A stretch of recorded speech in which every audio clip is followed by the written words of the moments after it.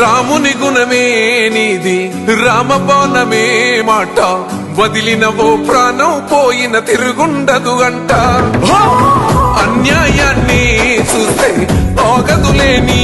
అడుగే అవతలోడు ఎంత వాడైనా ఎదురెలుతావంట ఓర్వని కల్లే నీకు సంకల్లే ఇస్తున్నా తెంచేస్తావే ఏ ఆపద పిలుపును విన్నా ఏ ఆడబిడ్డకు అయినా ఏ అన్న తమ్ముడికైనా